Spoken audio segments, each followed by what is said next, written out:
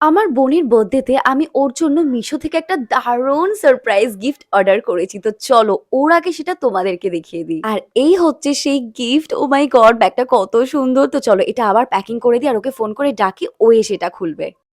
Hello. হ্যাঁ, বলছি তুই এখন আসতে পারবি একটু আমার বাড়ি? আয় না, দরকার আছে। হ্যাঁ, তাড়াতাড়ি আয়। সো আমার বোন চলে এসছে আর তোমরা ওকে কিন্তু আমার এর আগের ভিডিওতেও অনেকবার দেখেছো। ওর নাম সানা। তো দেখো ও এটা হাতে পেয়ে কি বলছে। কি সুন্দর রে ব্যাগটা।